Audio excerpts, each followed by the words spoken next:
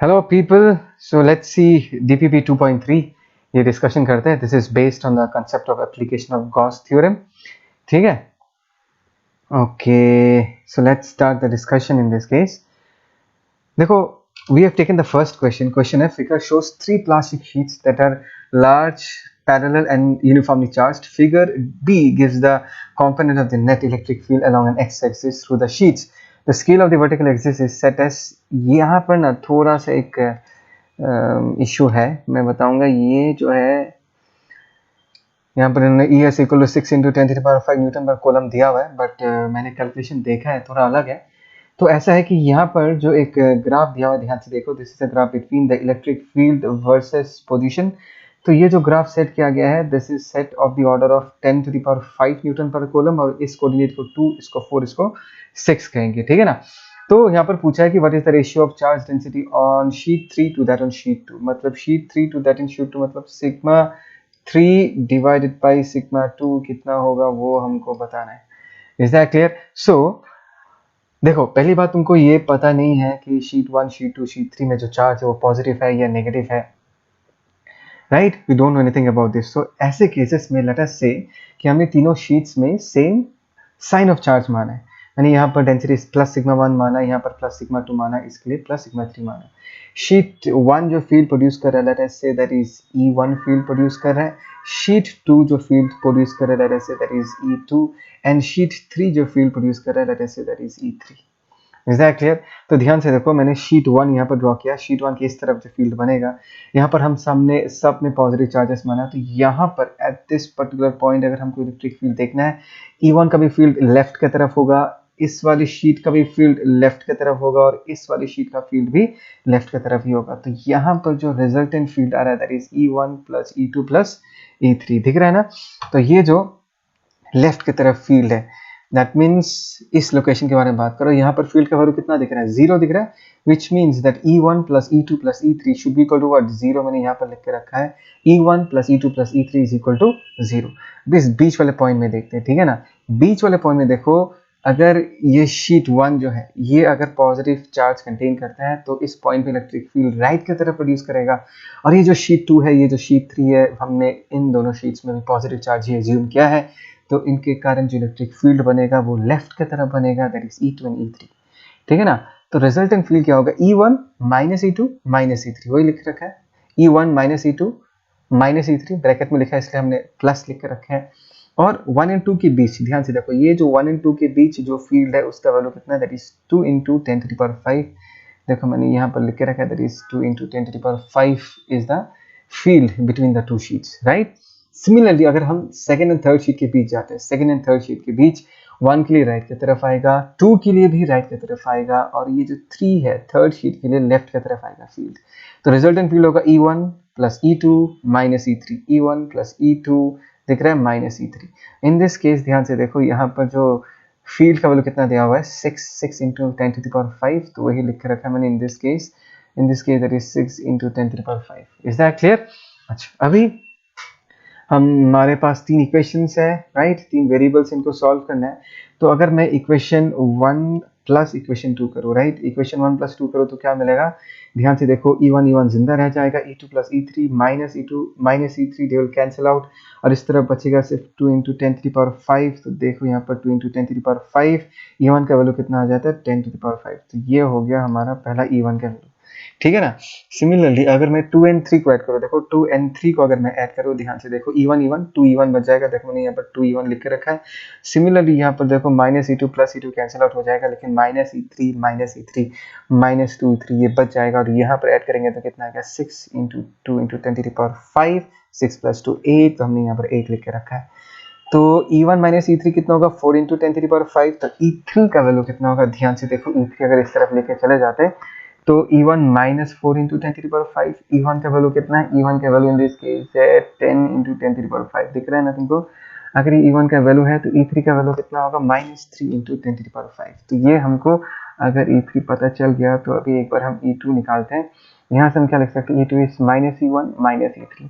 तो लिखते हैं, let us write in this case. तो इन दिस केस अगर मैं E2 लिखना चाहूँ, that is equal to minus E1 minus E3 and that is in this case कितना है, देखो -7 मतलब -10 to the power 5 and -e3 की जगह हम क्या लिख सकते हैं, -3 into 10 to the power 5 and that will be basically equal to 2 into 10 to the power 5 Newton per coulomb. Is that clear? So this is the resultant field E2, E1, E2, E3 तीनों का value हमने निकाल लिया। हमको निकालना क्या, हमको sigma 3 by sigma 2 निकालना है। Electric field is directly proportional to sigma, तो अभी अगर हमको सिग्मा 3 by सिग्मा 2 निकालना है, ध्यान से देखना, जैसे सिग्मा 3 डिवाइडेड बाय सिग्मा 2 लिखना है, तो हम directly E3 divided by E2 लिख सकते हैं। अच्छा, इसके पहले एक बात बता दो, यहाँ पर जो इलेक्ट्रिक फील्ड का E3 का जो एक्सप्रेशन आया है, देखो ध्यान से, ये नेगेटिव आया है ना। नेगेटिव का मतलब ये है कि थर्ड वाली शीट में ये जो शीट होगा, इसमें कितना चार्ज होगा, सॉरी इसमें जो चार्ज होगा it has to be negative, right. तो यहाँ जो चार्ज होगा इट विल बी नेगेटिव, ये हमको समझ में आ गया, राइट। मैंने बताया था कि देखो ऐसे केसेस में हम हमेशा क्या करेंगे, अगर हमको पता नहीं है हम लोग पॉजिटिव मान के सॉल्व कर लेंगे। तो यहाँ पर से रेशियो निकालता हूँ, साइंस को इग्नोर करता हूँ in this case, if I take science in this case, this is E2 E3, तो हमको बेसिकली क्या मिलेगा, ध्यान से देखो, E3 की जगह हम लोग क्या लिख सकते हैं, 3 into 10 to the power 5 and in this case E2 की जगह हम लोग क्या लिख सकते हैं, E2 की जगह हम लिख सकते हैं, चलो कमान, E2 कहाँ गया भाई, E2 कहाँ गया, हाँ E2 की जगह हम लिख सकते हैं 2 into 10 to the power 5, so this is 2 into 10 to the power 5, और इसका आंसर फाइनली कितना आ जाएगा, this is 1.5, so this is the answer that we are talking about. Is that clear? समझ में आया पक्का? ओके ओके, ये क्वेश्चन देखते हैं। यहाँ पर क्या है कि an electron is shot directly away from uniformly charged plastic sheet at a speed of VS. यहाँ पर एक इलेक्ट्रॉन है जिसको शूट किया गया with velocity of VS, right, and from a uniformly charged plastic sheet, ये जो शीट है दिस इज यूनिफॉर्मली चार्ज, मैंने इसका डेंसिटी सिग्मा कोलम पर मीटर स्क्वायर ले लिया। अगर यहाँ पर पॉजिटिवली चार्ज शीट है तो इस इलेक्ट्रॉन पे नीचे की तरफ फोर्स लग रहा होगा, that is E into capital E equal to F, right, this is the force acting in this case. अच्छा, इस फोर्स के कारण what will happen to the electron, this electron will basically decelerate and a time will come when it will finally stop at the highest point, ऐसा ऊपर जाएगा, जाके फिर क्या करेगा, फिर से रिटर्न आना चालू करेगा नीचे, राइट, फाइनली कम डाउन। तो मैं पूछ रहा हूँ कि ये जो हाईएस्ट पॉइंट है, हाईएस्ट पॉइंट में इस जगह पर, इस पर्टिकुलर जगह पर, if you are talking about velocity in this case, इस पर्टिकुलर जगह पर मैं वेलोसिटी को क्या कह सकता हूँ, 0 कह सकता हूँ। और यहाँ पर जो ग्राफ प्लॉट किया गया है, the graph is plotted between velocity and time, और ध्यान से देखो तो इस पर्टिकुलर टाइम पे वेलोसिटी 0 हो रहा है, दैट मीन्स इसके कोरस्पॉन्डिंग जो टाइम होगा this is nothing but time t0। Is that clear? Okay, ये हमको समझ में आ गया। सो this is the time t0, तो मैं ये निकाल सकता हूँ कि इसको पूरा यहाँ से लेके यहाँ तक घूम के आने में कितना टाइम लगेगा, तो time in this case is equal to what, ध्यान से देखो, that is time of flight हम इसको कहेंगे। और टाइम ऑफ फ्लाइट का फॉर्मूला क्या होता है, 2 times of u perpendicular by g। Perpendicular ये फॉर्मूला हमने प्रोजेक्टाइल मोशन से डिराइव किया है, प्रोजेक्टाइल मोशन में यूज किया है। और यहाँ पर पूरा का पूरा जो वेलोसिटी है vs, यहाँ दिख रहा है ना पूरा vs वेलोसिटी, ये पूरा vs वेलोसिटी होगा जिस वेलोसिटी से इसको प्रोजेक्ट किया गया है। यू परपेंडिकुलर का मतलब होता है कि शीट के परपेंडिकुलर कितना velocity, and that is vs in this case, that means t0 in this case, ये जो t0 है this is actually equal to half of the time of flight, इसलिए हमने हाफ लिख के रखा है यहाँ पर, ठीक है। सो यहाँ पर एज बिकॉज हमने हाफ लिख के रखा है, एक बार हम ये निकालते कि टाइम की जगह इस एक्सप्रेशन को अगर हम कंप्लीट करते हैं तो क्या मिलेगा, ध्यान से देखो, यहाँ पर हमने t0 लिख के रखा है and that is equal to half, ठीक है ना, into 2 times of u perpendicular. u perpendicular क्या हो जाएगा, पूरा vs divided by g effective. g effective मतलब इन दिस केस जो एक्सीलरेशन है, और एक्सीलरेशन का वैल्यू कितना है देखो ध्यान से, that is sigma e by twice m epsilon not, that is sigma e ऊपर कितना आ जाएगा, that is twice m epsilon naught. Is that clear? अच्छा, मुझे यहाँ पर सिग्मा का वैल्यू निकालने दिया है, एक बार कैंसिल आउट करते क्या क्या कैंसिल हो जाएगा, 2 कैंसिल आउट चला जाएगा, एनीथिंग एल्स और कुछ तो मुझे दिख नहीं रहा। सो इन दिस केस अगर मुझे सिग्मा निकालना है, right, sigma in this case ऊपर क्या जाएगा, ऊपर चला जाएगा e इंटू t0, ठीक है ना, ऊपर चला जाएगा e इंटू t0, और नीचे क्या आ जाएगा, ध्यान से देखते हैं, नीचे आ जाएगा तुम्हारा ट्वाइस m, एक vs भी आएगा और एक एप्सिलॉन नॉट भी आएगा। हाँ okay, I am really sorry यार, मैंने पूरा उल्टा लिख दिया, इसको थोड़ा सा फिर से लिखते हैं और एक बार। हाँ, इसमें ऐसा है कि हमको सिग्मा चाहिए, तो सिग्मा ऊपर लेके जाएंगे तो ऊपर क्या बचेगा, ऊपर बचेगा तुम्हारा ट्वाइस m, वी एस एक बचेगा, एप्सिलॉन नॉट एक बचेगा, डिवाइडेड बाई सिग्मा ऊपर चला गया, नीचे क्या बचेगा, ई इंटू टी नॉट। ठीक है, so this is basically the surface charge density that we are talking about. ठीक है, आई होप सो तुमको ये समझ में आया। ये एक मिक्स्ड कंसेप्ट प्रॉब्लम है जहाँ पर हमने प्रोजेक्टाइल मोशन का टाइम ऑफ फ्लाइट का फॉर्मूला यूज़ किया है। तो बात एक ही है यार, यहाँ पर बेसिकली है कि यहाँ पर जो हमने जी इफेक्टिव यूज़ करते थे प्रोजेक्टाइल के केस में, उसकी जगह सिर्फ अभी ए इफेक्टिव यूज़ करेंगे। That is basically the acceleration produced by the force exerted by this plastic sheet, charged plastic sheet. Is that clear? Okay, आगे बढ़ते हैं। ये नेक्स्ट क्वेश्चन देखते हैं, ये भी बहुत ज़्यादा बेसिक्स को हिट करता है।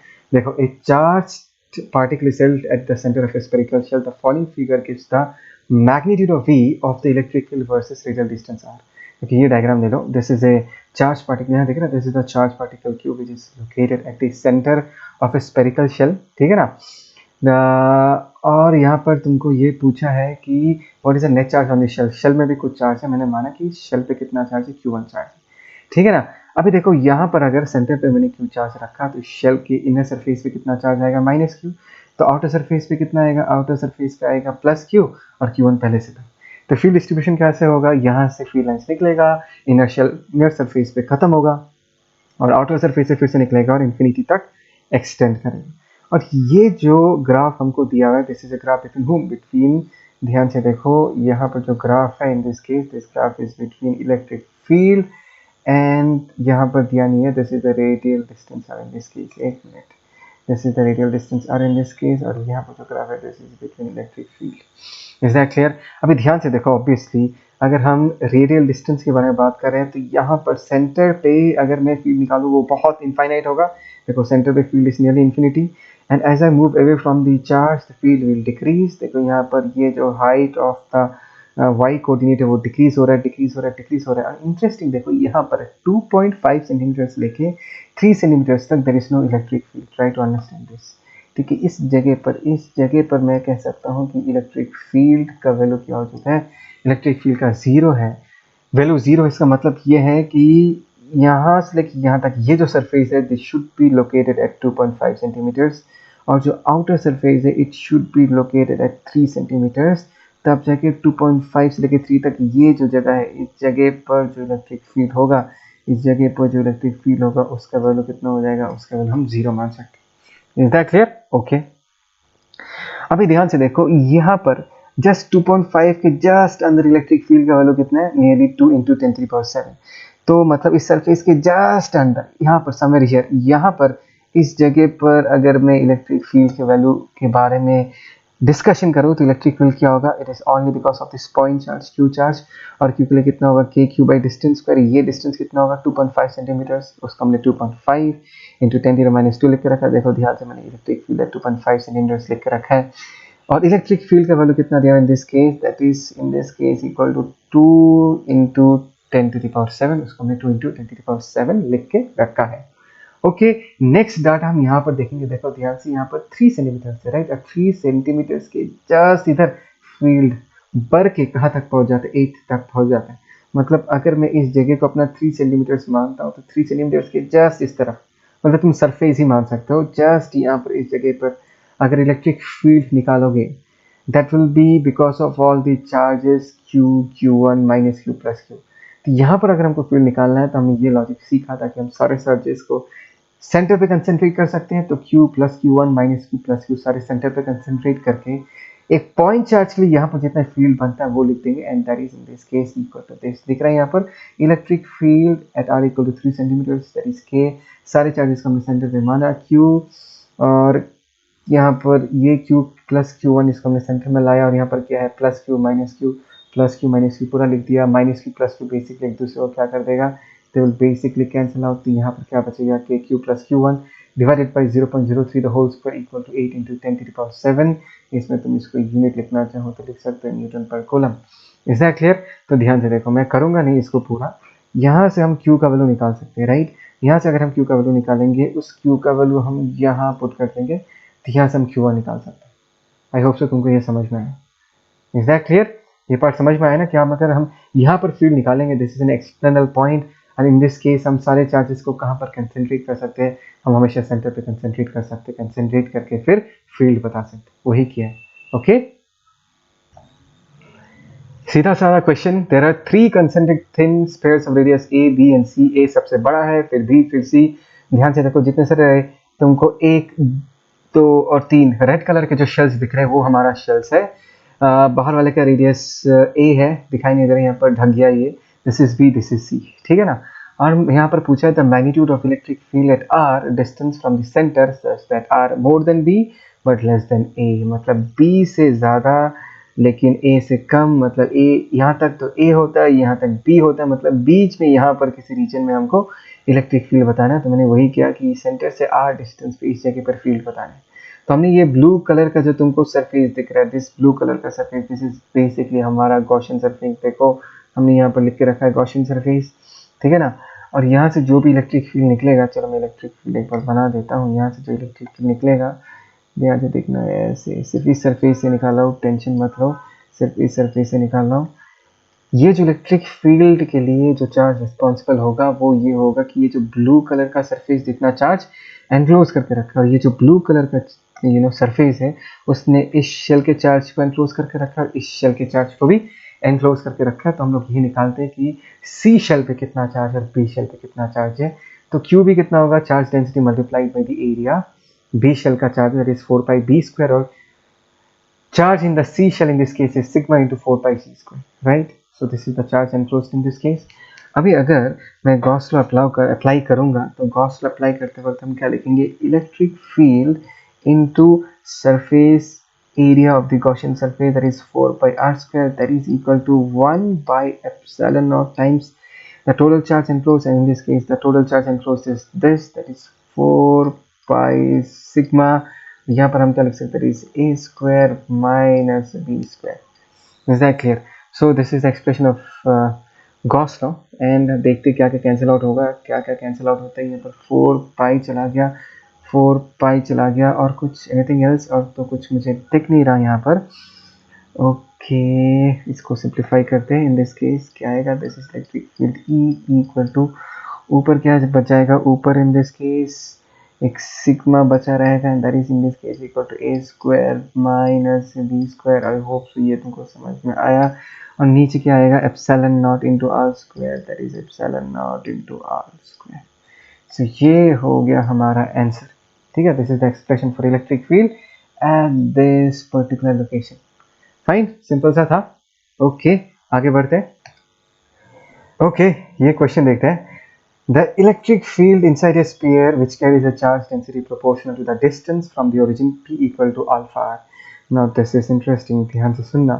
ये जो एक्सप्रेशन दिया हुआ है P equal to alpha r, इसका sorry not P, rho equal to alpha r, मतलब ये density which is not a constant because r पे डिपेंडेंट है।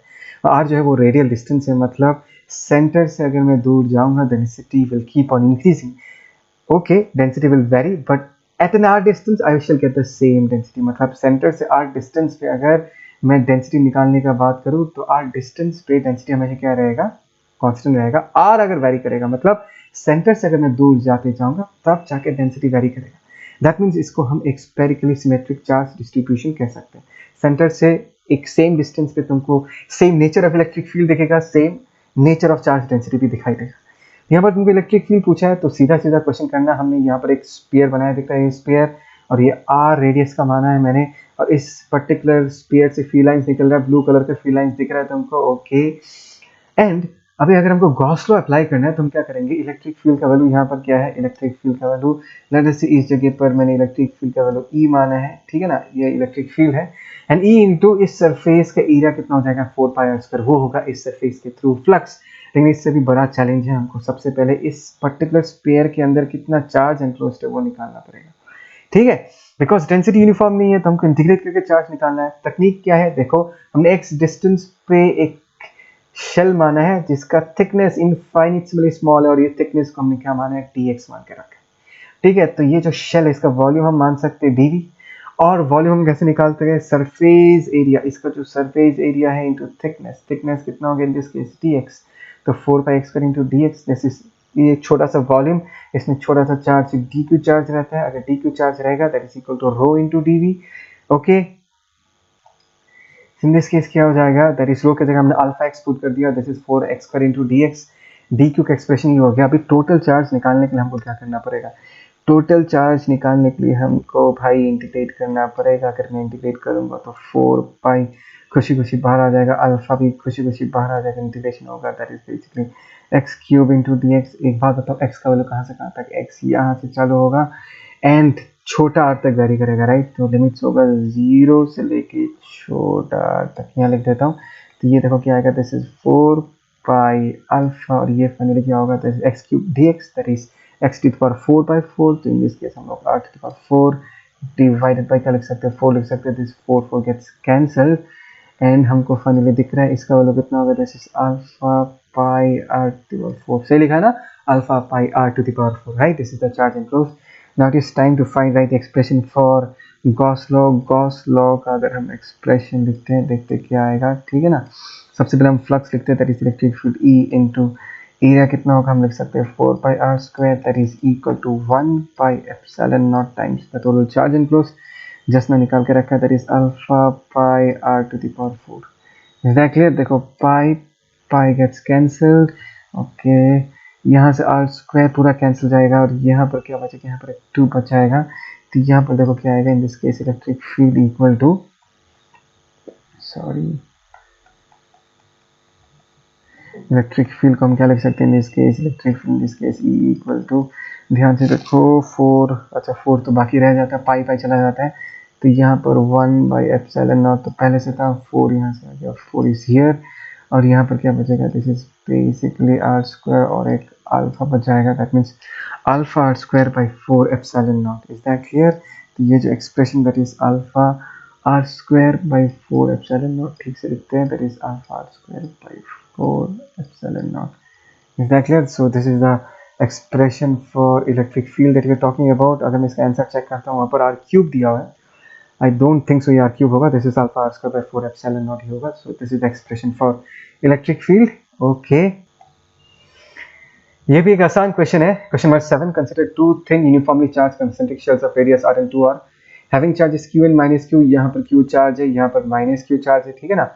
Respectively are shown 3 points A, B and C are marked at distances r by 2. r by 2 ये distance r by 2 देखो मैंने लिख के रखा है और ये जो A पॉइंट है वो फर्स्ट शेल के अंदर है. B पॉइंट का डिस्टेंस है 3r by 2, दिख रहा है 3r by 2. ओके, ये 3r by 2 तुमको दिख रहा होगा, ठीक है ना. और ओके, ये तो गंदा हो गया. और ये जो डिस्टेंस है that is 5r2, that is point C. Point C जो है वो दोनों शेल से बाहर है, पॉइंट B दोनों शेल्स के बीच में, पॉइंट A पहले शेल के अंदर. तो यहाँ पर पूछा magnitude of electric field EA, EB, EC निकालना है हमको, ठीक है ना, सॉरी रिलेशंस बताना है हमको. तो एक बात बताओ कि अगर मुझे इस पॉइंट इलेक्ट्रिक फील्ड बताना है तो हम गॉस लॉ यूज करेंगे, यहाँ पर एक गोल सा शेल बनाएंगे. और एक बात बताओ, यहाँ पर अगर मैं एक गॉसियन सरफेस बनाता हूँ, can you tell me what is the charge enclosed. So for r by 2 obviously the charge enclosed in this case is equal to 0.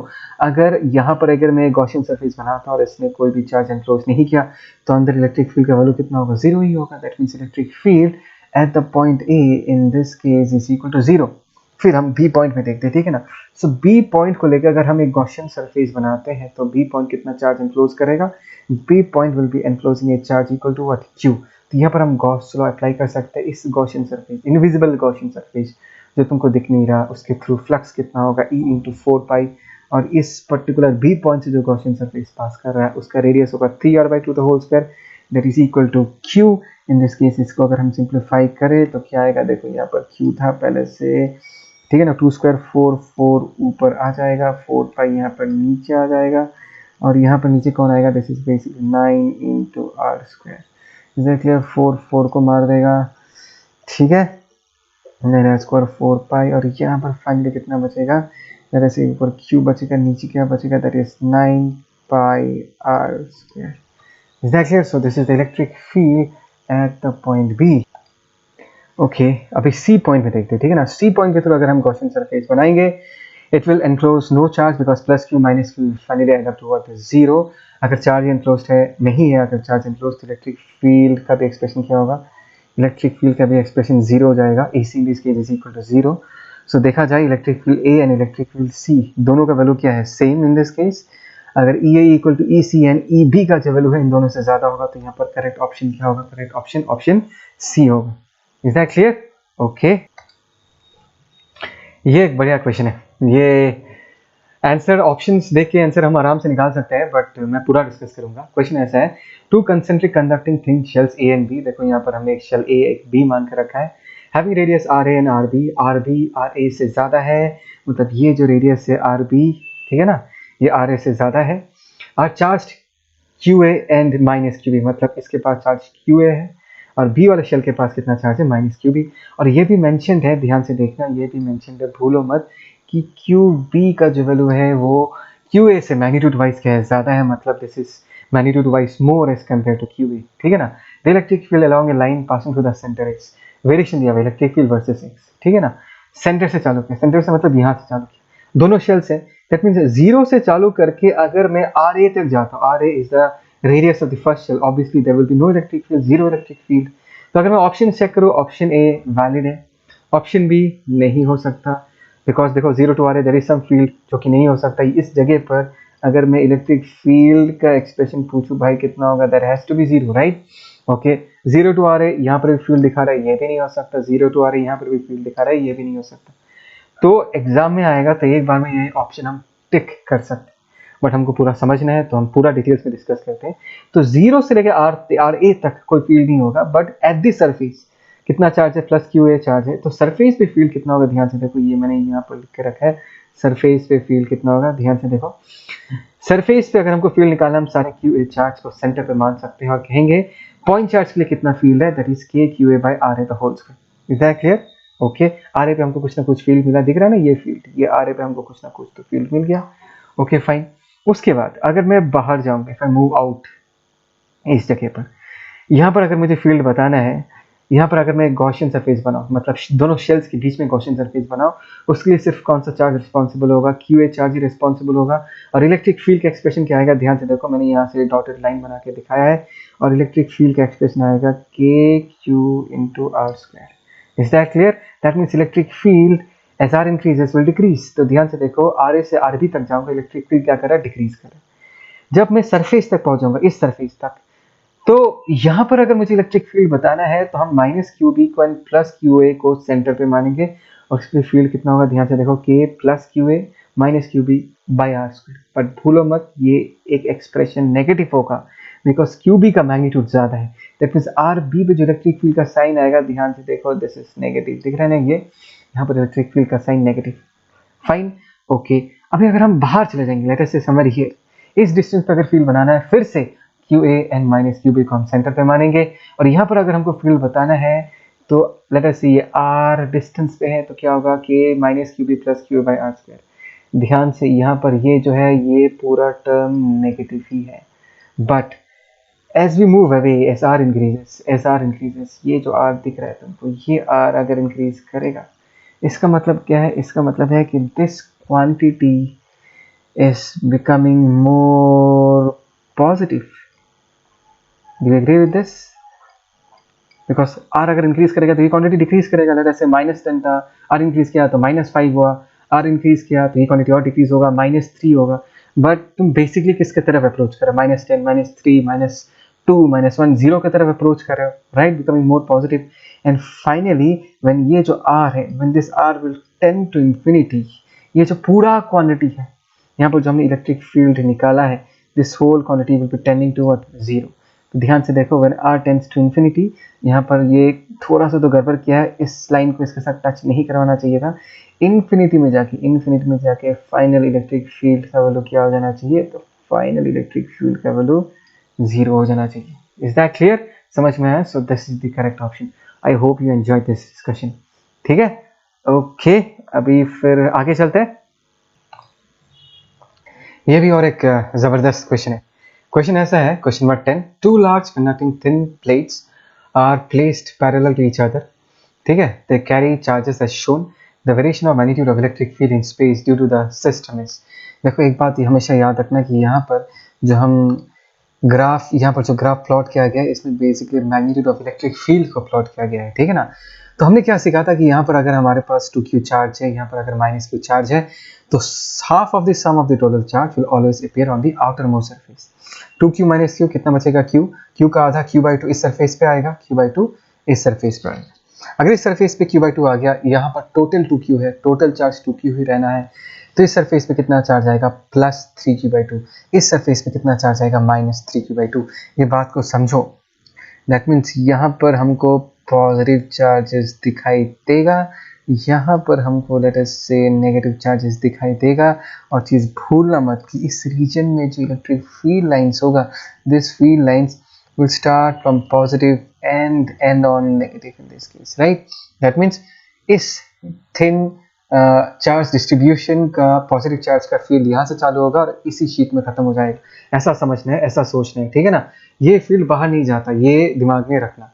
जाता है बट हम ऐसे भी सोच सकते हैं कि यहाँ से निकला यही खत्म हो गया, ठीक है ना। ओके, अभी अगर मैं ये देखना चाहूँ कि इस साइड में टोटल कितना फील्ड बनेगा, यहाँ पर किसका किसका फील्ड पहुंच रहा होगा, यहाँ पर इस q/2 का फील्ड पहुंच रहा होगा और इस q/2 का भी फील्ड पहुंच रहा होगा, and both of them will be producing field along the same direction. तो इसको अगर मैं थिन शीट जैसा एज्यूम करूँ तो कितना फील्ड प्रोड्यूस होगा, σ/2 एप्सिलॉन नॉट। सिग्मा मतलब q/2, ये हो गया चार्ज बाय एरिया, ये हो गया σ/2 एप्सिलॉन नॉट। लेकिन यहाँ पर q/2 और इस q/2 दोनों का कंट्रीब्यूशन है, तो मैंने इंटू 2 कर दिया, तो फाइनली एक्सप्रेशन आया q/2 एप्सिलॉन नॉट। सिमिलरली यहाँ पर अगर हमको फील्ड निकालना है तो इस q/2 का भी कंट्रीब्यूशन आएगा, इस q/2 का भी कंट्रीब्यूशन आएगा, दोनों का एग्जैक्टली यही एक्सप्रेशन आएगा q/2 एप्सिलॉन नॉट। तो मैग्नीट्यूड वाइज प्लेट के इस तरफ उतना ही फील्ड बनेगा, प्लेट के इस तरफ उतना ही फील्ड बनेगा, दोनों का मैग्नीट्यूड सेम। बीच में कितना फील्ड बनेगा वो देखता हूँ। देखो बीच में जो फील्ड बनेगा, ये शीट पॉजिटिव शीट के लिए भी फील्ड राइट की तरफ ही होगा, नेगेटिव चार्ज के लिए भी फील्ड राइट की तरफ ही होगा। तो दोनों फील्ड को अगर हमको ऐड करना है, फिर सम σ/2 एप्सिलॉन नॉट एक शीट का जो फील्ड है वो लिख लेते हैं, that is 3q/2 divided by a, that is σ/2 epsilon naught. मतलब एक पॉजिटिव शीट का कंट्रीब्यूशन, नेगेटिव शीट का भी इतना ही कंट्रीब्यूशन होगा, तो हमने 2 मल्टीप्लाई कर दिया, तो आंसर कितना आया, that is 3 gets cancelled, 3q/2a epsilon naught. तो ये वैल्यू कितना है, दिस 3 इज नियरली 1.5, और यहाँ पर ये कितना होगा, इस 1/2 को हम क्या लिख सकते हैं, 0.5 लिख सकते हैं, मतलब 0.5 q/a एप्सिलॉन नॉट। मतलब ये वाला फील्ड ज्यादा होगा, ये वाला फील्ड क्या होगा, कम। दोनों तरफ फील्ड का मैग्नीट्यूड सेम होगा, बीच में फील्ड का वैल्यू ज्यादा होगा, तो ये तो हो नहीं सकता है, बीच में फील्ड कम है, ये भी नहीं हो सकता, दोनों तरफ फील्ड अलग अलग है, ये भी नहीं हो सकता। तो एक ही ऑप्शन बचता है, दैट इज क्वेश्चन नंबर 10 का option A. Is that clear? So this is the correct option in this case. समझ आया? यहाँ पर हमने और एक पुराना कंसेप्ट, जो टोटल चार्ज है उसका आधा आधा सरफेस पे आएगा, ये चीज हमेशा याद रखना। ओके, चलो ये नेक्स्ट क्वेश्चन देखते हैं। This is a question based on the principle of superposition.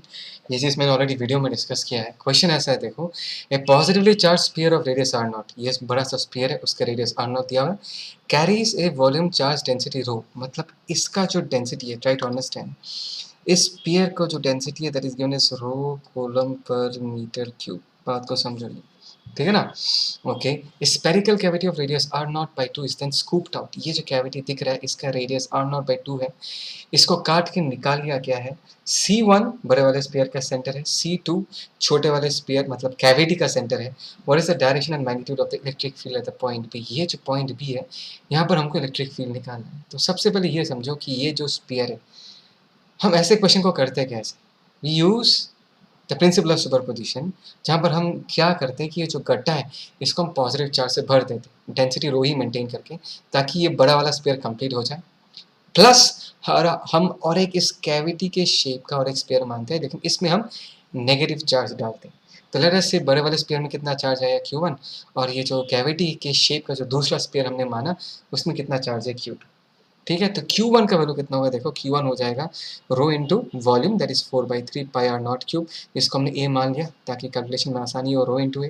और Q2 जो है उसमें हमने कितना चार्ज मान लिया, रो इंटू वॉल्यूम 4/3 पाई, इसका रेडियस है r0/2 द होल क्यूब।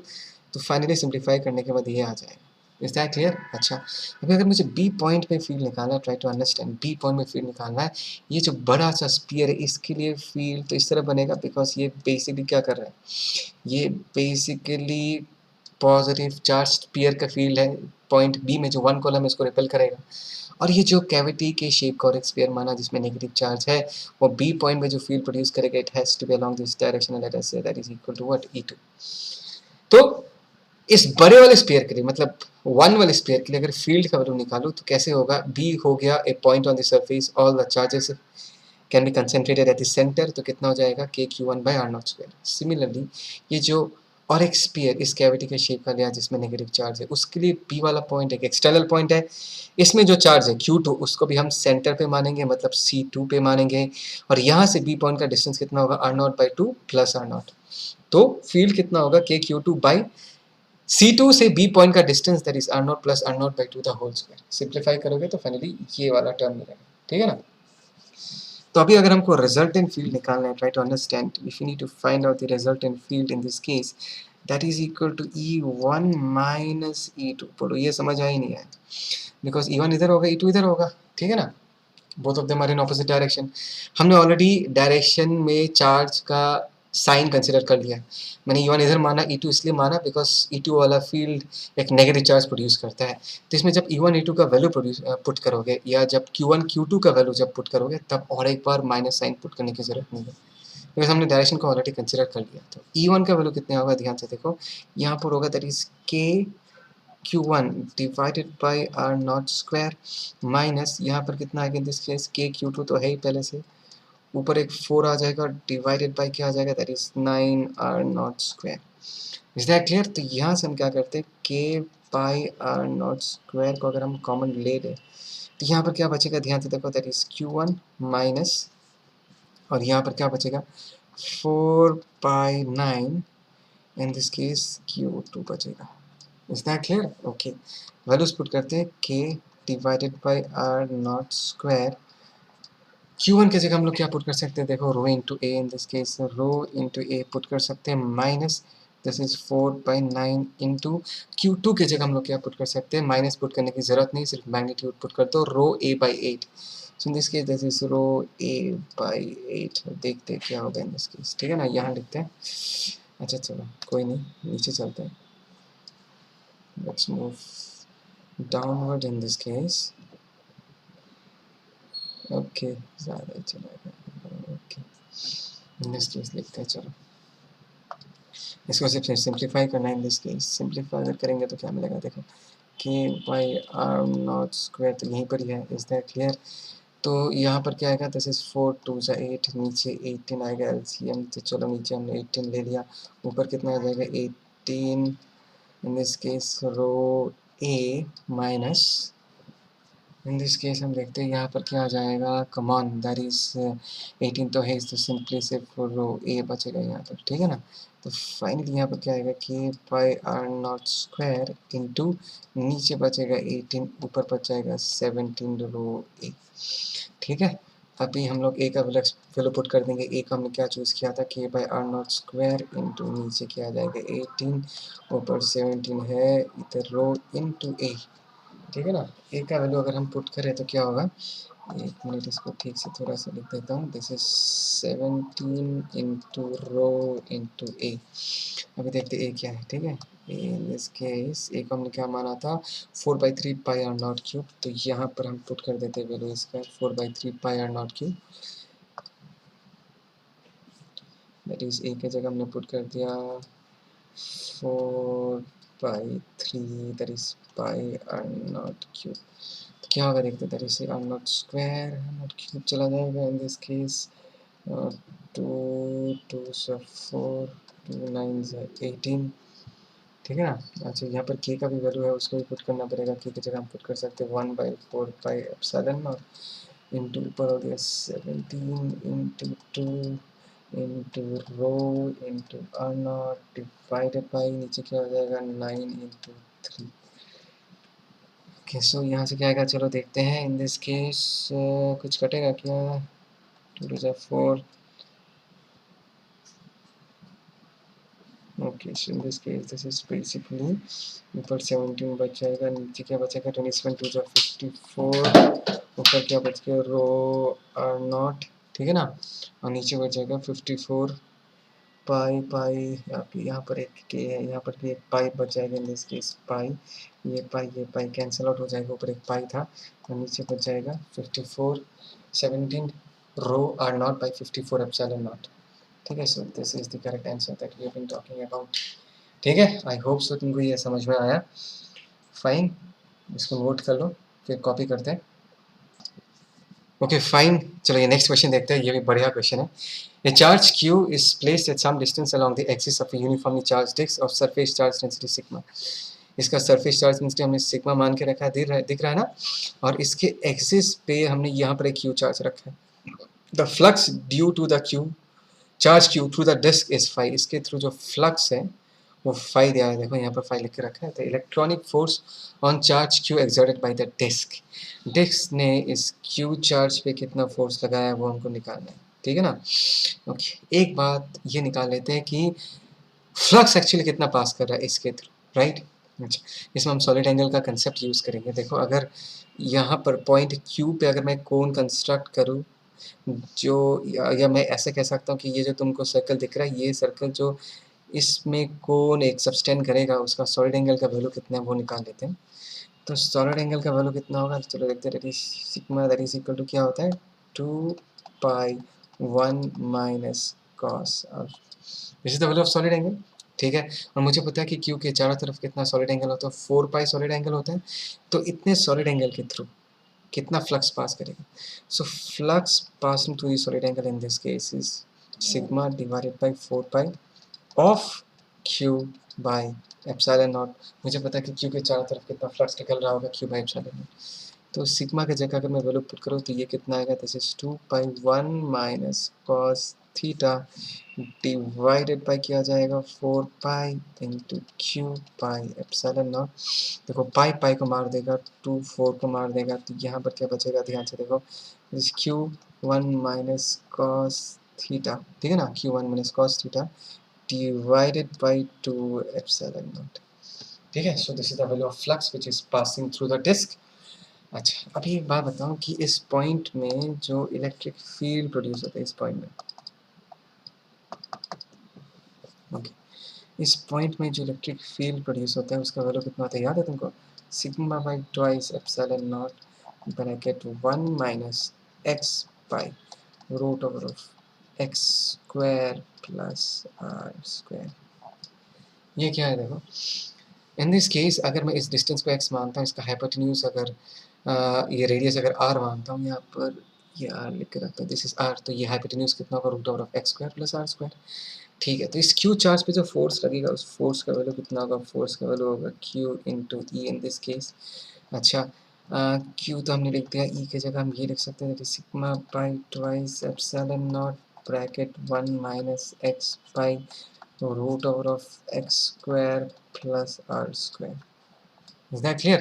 अच्छा, ये बताओ कि x by root over of x square plus r square कितना होगा, cos alpha is x by root over of x square plus r square. That means इस पूरे टर्म को मैं दिखाता हूँ, ये जो पूरा टर्म है इन दिस केस, ये जो पूरा टर्म है, इस टर्म को हम क्या लिख सकते हैं, इस पूरे टर्म को हम कॉस अल्फा लिख सकते हैं, ठीक है ना।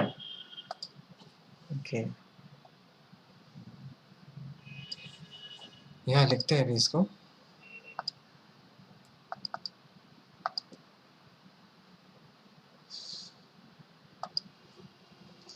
that is q into sigma by twice epsilon naught, that is 1 minus cos alpha, हमने लिख दिया ये अल्फा। तो यहाँ पर अगर हम देखते हैं तो क्या आएगा, देखते हैं। देखो q इंटू 1 माइनस कॉस, ओहो यहाँ पर मैंने थीटा लिख के रखा है, एक्चुअली थीटा नहीं होगा, यहाँ पर अल्फा है। ठीक है, इसको थोड़ा सा ठीक कर देते हैं, ये और ये, ठीक है ना, this is basically cos alpha होगा, और ये भी कितना होगा, this is basically cos alpha.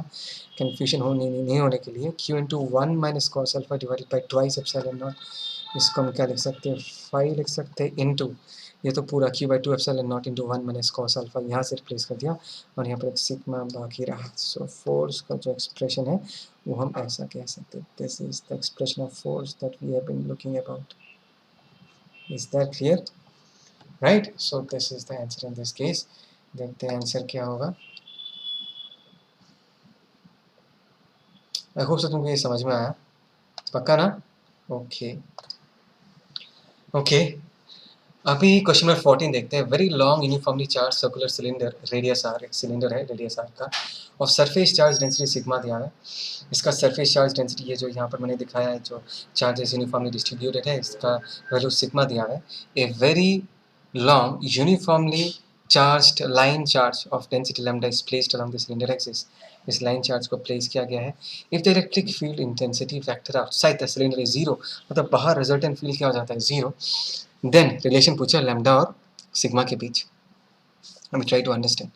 Are distance पे अगर मैं फील्ड निकालूँ, इस लाइन चार्ज के लिए फील्ड होगा E1, और इस सिलेंडर चार्ज सिलेंडर के लिए फील्ड होगा E2। रिजल्टेंट फील्ड जीरो, मतलब this two field should cancel out each other, right? That is E1 vector plus E2 vector should be equal to what, zero. ठीक है, तो यहाँ पर मैं लिख सकता हूँ कि according to this relation E1 vector plus E2 vector in this case should be equal to what, zero.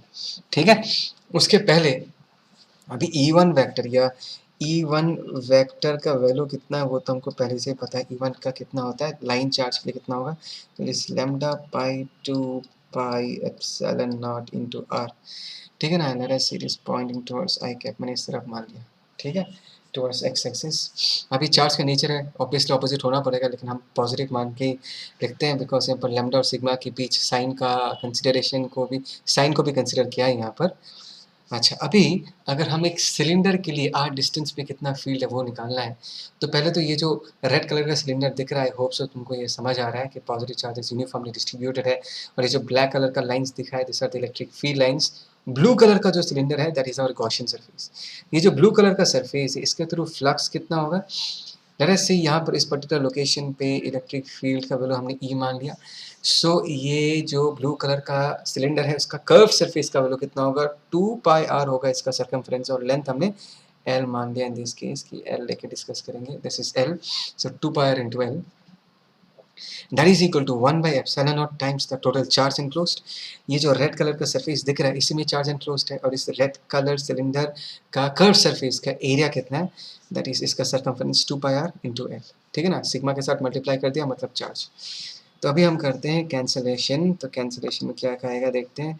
2 पाई, देखो 2 पाई चला गया, ये 2 पाई चला गया, एल एल भी चला गया, तो यहाँ पर क्या बचा, ई की जगह देखते हैं, ई की जगह हम यहाँ पर बचा sigma into R divided by sigma हो गया, और नीचे क्या बचा, एप्सिलॉन नॉट इंटू छोटा R. Is that clear? Sigma are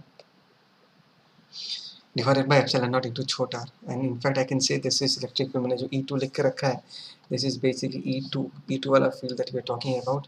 तो E2 वेक्टर के बारे में हम क्या कह सकते हैं, E2 वेक्टर के बारे में हम कह सकते हैं कि E2 vector in this case is sigma r by epsilon naught into r, इसको भी हम i कैप की तरफ मानते हैं। ठीक है, अभी फाइनली जो आंसर है वो तुमको साइन का नॉलेज दे देगा कि साइन क्या है। अभी हमको पता है कि E1 vector plus E2 vector has to be equal to what, is zero. E1 का जगह का वैल्यू पुट करें lambda by 2 pi epsilon naught into R, I cap है, okay, there is an I cap here. एक minute,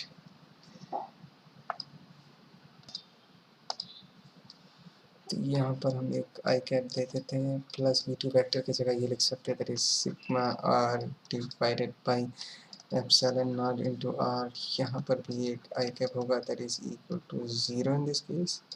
is that clear? तो वो क्या क्या कैंसिल आउट जाता है देखते हैं। ये एप्सिलॉन नॉट चला गया, आर आर चला गया, ठीक है, आई कैप चला जाएगा। सो इन दिस केस मैं फाइनली क्या लिख सकता हूँ, ध्यान से देखना, लैम्डा बाई 2 पाई, ये बच गया, एंड इस तरफ क्या आ गया, minus sigma R, and finally अगर मैं लैम्डा का वैल्यू लिखना चाहूँ, that is minus 2 pi sigma R. So this is the relation that we have been searching for. Is that clear? Lambda equal to minus 2 pi sigma r. So this is the answer in this case. ठीक है, आई hope सो तुमको ये DPP समझ में आया। बहुत सारे अच्छे क्वेश्चंस हैं, this is the final DPP और गॉस थ्योरम, इसलिए हमको बहुत ज़बरदस्त क्वेश्चंस मिले हैं। इसको अच्छे से देखना और समझना। कोई भी डाउट है please feel free to comment. Fine, okay, done for today.